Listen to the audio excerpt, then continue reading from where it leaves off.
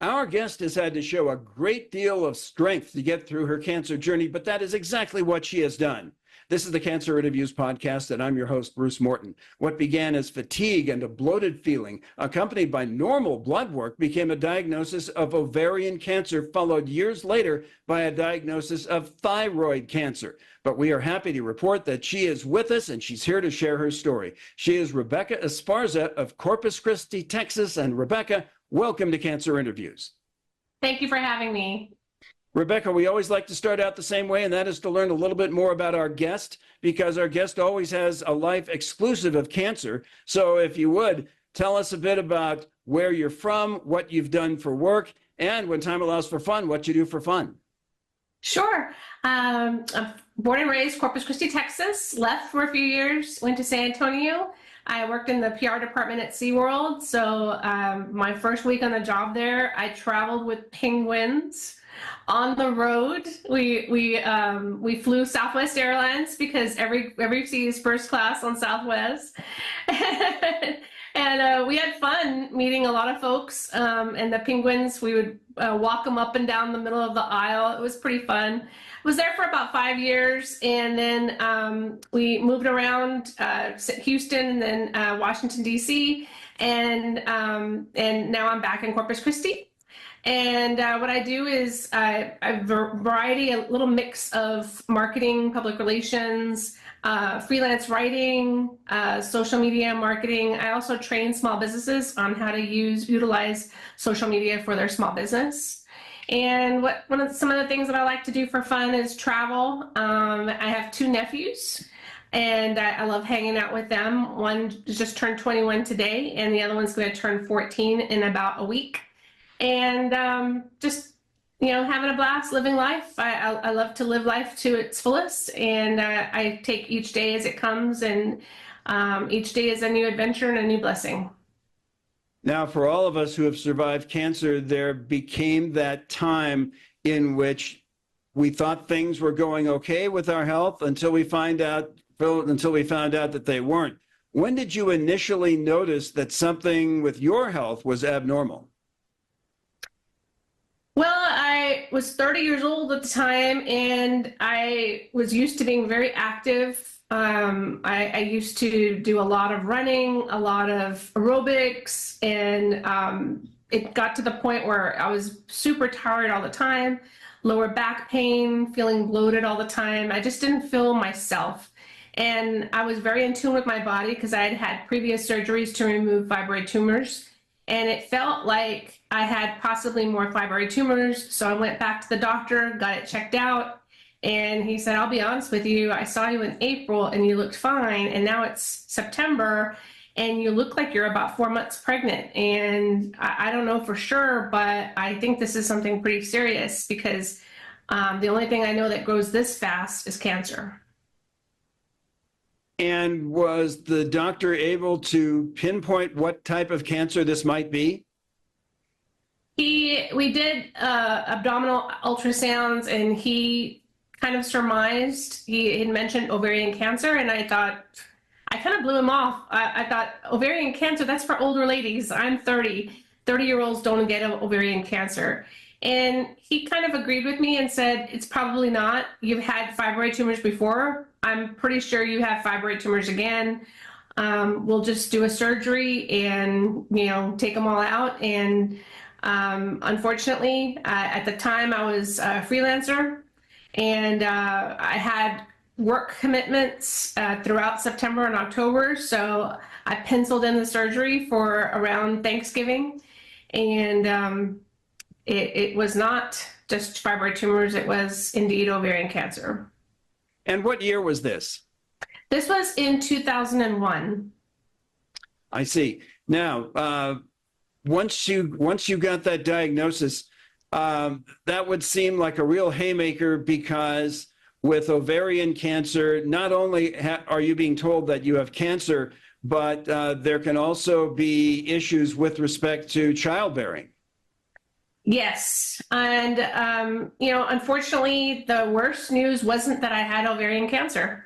The worst news is a mix. It was multiple pieces of bad news.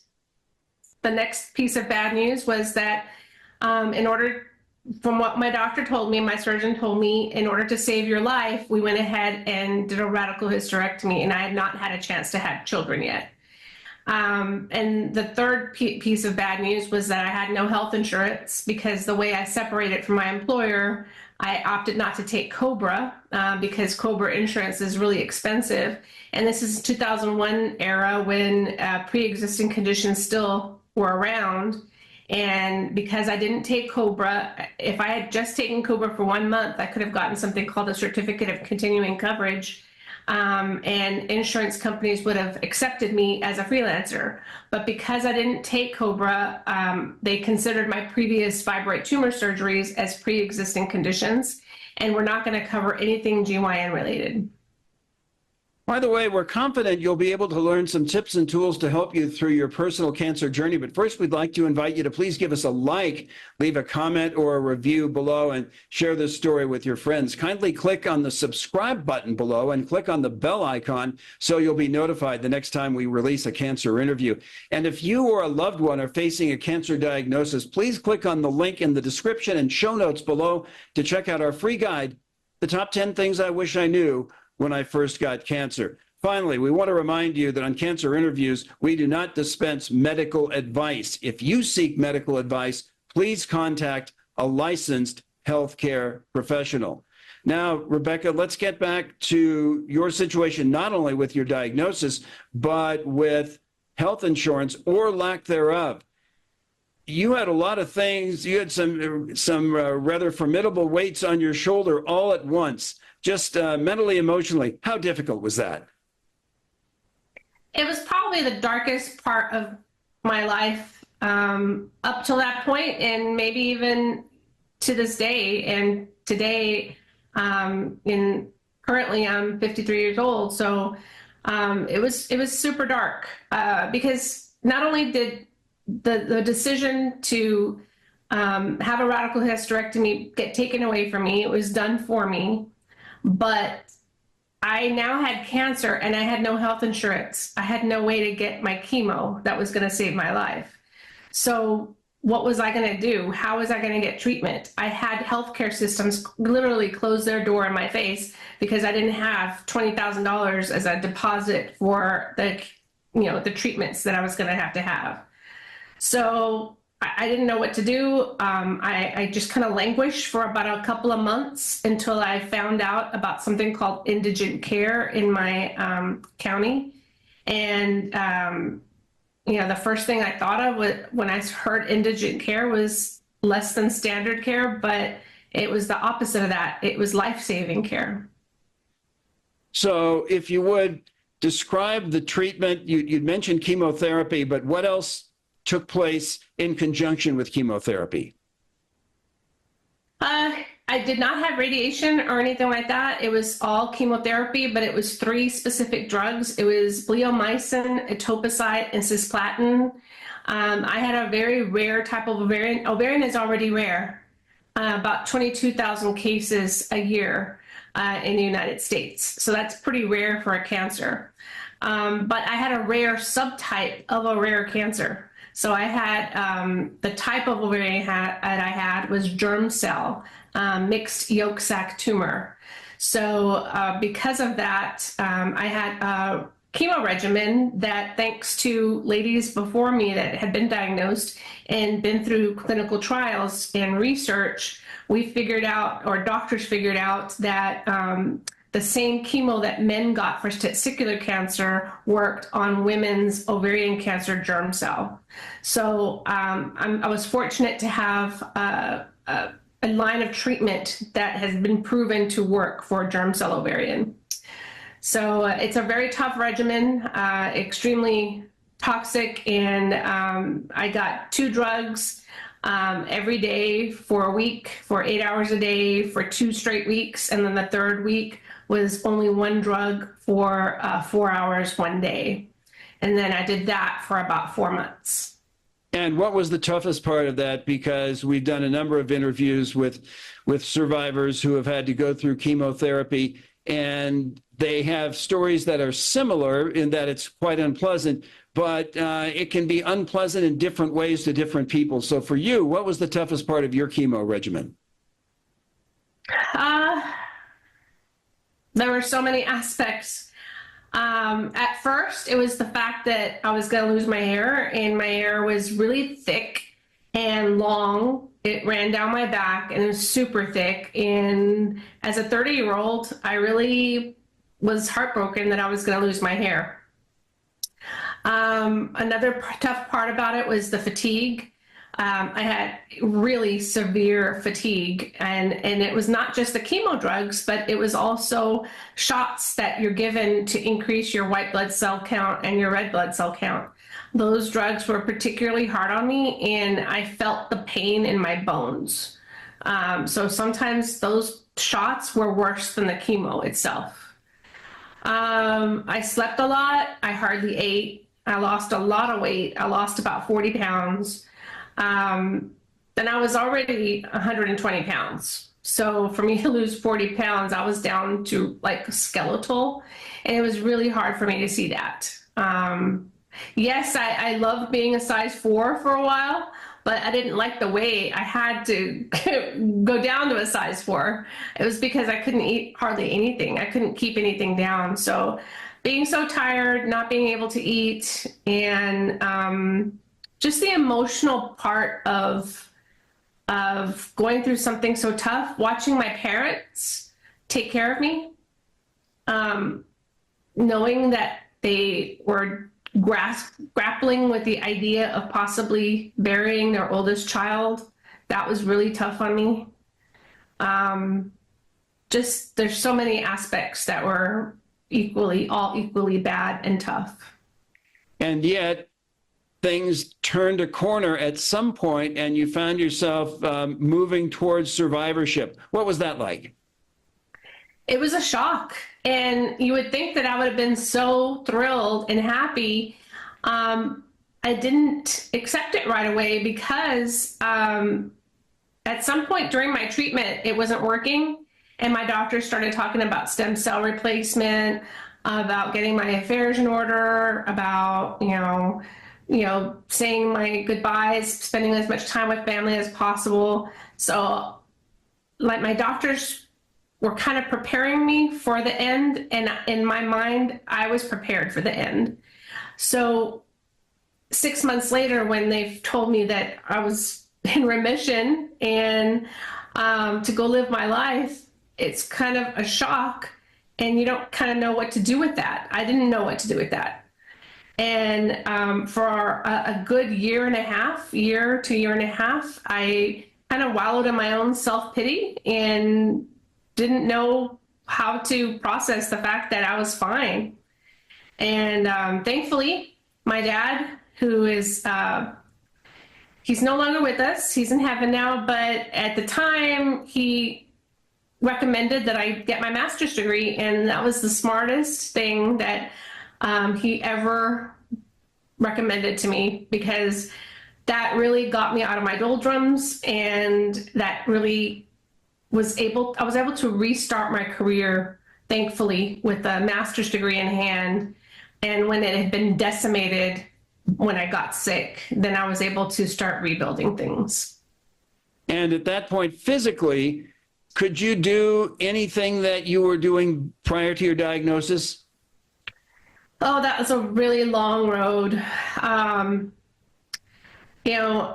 That chemo, it really, especially one of the drugs called Bleomycin, it really damaged my lungs severely.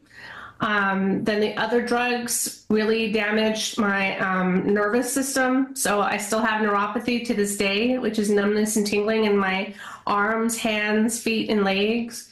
It feels like electricity, bolts of electricity going through. If I stand for too long, my feet feel like I have sand in my feet. It's a really weird feeling. But I try not to complain, because I'm blessed to still be around, and the fatigue, I still have fatigue to this very day. There's just complications of drugs that ended up saving my life. So I'm very thankful for that. But there are things that I have to consider when I do work, and when I do things, I have to give myself a little grace because my body's been through a lot. Okay, now you were able to survive ovarian cancer, a massive blessing in itself, but then you were diagnosed with cancer again, a diagnosis of thyroid cancer. What were the chain of events that led to that diagnosis? I was at this point in 2008, I had found out about cancer advocacy. So I had become a really big champion for sharing my story, helping others through their own cancer journeys, and doing fundraising, doing policy work on Capitol Hill. I was at a Relay for Life event for the American Cancer Society, and it was during the Luminaria ceremony when the entire stadium goes dark, and I didn't see a stake in the ground for one of the tents, and I tripped over it, and I fell, and I passed out. I hit my head, and I passed out. When I woke up, EMTs were cutting my shirt open and starting to hook me up to IVs and such, sent me in traction to the ER, and they did a head CT, and they saw nodules in my thyroid.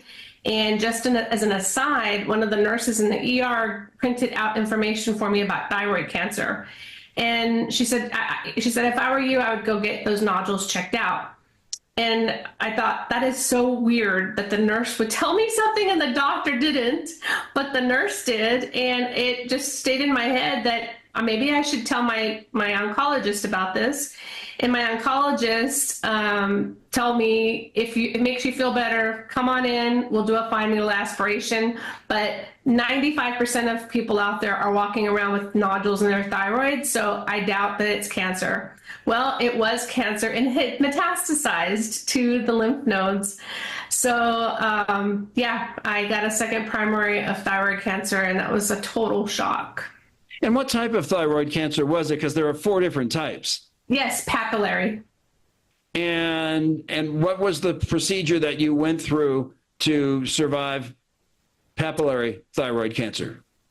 Well, we started off with surgery. So a few months later, after my diagnosis, I had a left neck dissection where they removed the entire thyroid and 50 lymph nodes throughout the area, as well as a couple of my parathyroids. And those are kind of connected or close by the thyroid, and they regulate your calcium. So now I have lifelong calcium issues because I lost a couple of those parathyroids. And how do those manifest themselves? Low calcium? Yes. You get severe numbness and tingling. Now, I already have that because of the neuropathy, but I get it also in my lips. And if it's really, really bad, I start seizing up. Like my arms I won't be able to bend them. Like they get really stiff. There's all sorts of other different, but that's what happens to me. And lately it's been really bad where if I miss one dose of calcium, I'll start to feel those side effects of low calcium, hypocalcemia. But as was the case with ovarian cancer, with the thyroid cancer, you did reach survivorship there too. I did. By November of that year of 2008, it was time to do the radiation treatment. It's called RAI. Radioactive iodine is, they give you a little pill, and you have to be sequestered from everybody. Everybody that visits you has to be in a hazmat suit. You're basically radioactive for at least a week, depending on how much they give you. So before you get that, before I was going to be admitted to the hospital for that, they gave me a full body scan to find out how much radioactive iodine they were going to give me to see where the cancer was. And I went through that procedure and saw my doctor the next day to find out how much radioactive iodine they were going to give me. And he said, guess what? There's nothing to radiate. You don't need the radioactive iodine. The surgery took everything. Go live your life. And I was in complete and utter shock again. Well, that's a good way to be shocked. And speaking of that, Rebecca, how does it feel to know that that you've clashed swords with two types of cancer, and yet here you are? Like a tremendous blessing. And it's something that I don't take very lightly. I am very cognizant of the fact that this is something that doesn't happen to everybody. And I have lost so many friends along the way. As I told you earlier, a couple of years after my remission from the ovarian cancer, probably starting around 2003, I started doing cancer advocacy work. And I've lost hundreds of friends along the way, not just with ovarian cancer, but all sorts of types of cancer. And at some point, I think it's just like a luck of the draw. You know, I don't see like I'm special, more special than anybody else, that I get to survive versus, I think it's just one of those lottery type things where I'm still here. And I don't feel like it's clean living or anything like that. Or I think it's just a luck of the draw that I'm still here, combined with the research that has brought us to the point where we're able to eradicate certain types of ovarian, thanks to the ladies that have gone before me with that specific type of ovarian cancer. So I don't take it very lightly that I'm still around. I want to make sure that I always remember those that have gone before me and continue doing the work that I do to help others that are currently going through it, and to always remember those that we've lost along the way. Our guest is Rebecca Esparza of Corpus Christi, Texas. She has survived ovarian cancer and thyroid cancer. And we're going to wrap things up now, Rebecca, but the way I want to wrap it up is to have you elaborate just a little bit on some of the advocacy work you do, so people know what you're doing, and perhaps you have information in which people can contact you or contact an address to learn more. So tell us a bit more about the advocacy work you're doing. Sure. Well, it goes all the way back to around 2003 when I started doing work with the American Cancer Society. And thankfully, I got some really good training on the ground with that organization, especially doing policy work and learning to tell my story, succinctly, with an end goal in mind in, making changes with our legislators and making cancer a national priority.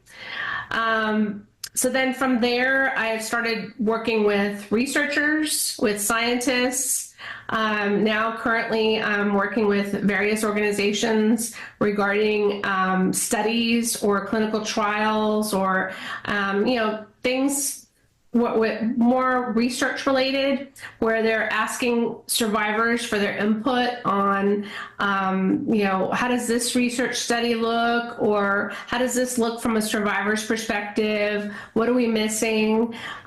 Or helping rewrite some certain studies. When researchers submit for approval for getting funding for a certain research project, they usually do this whole big packet, which sometimes it's 30 or 40 pages of their research work. There's something called lay abstract, where they write a one-pager that gives very plain language what their research is all about. And sometimes they need a cancer survivor to kind of review that and make sure that it truly is plain language, because the researchers only know the research part of it, most of them.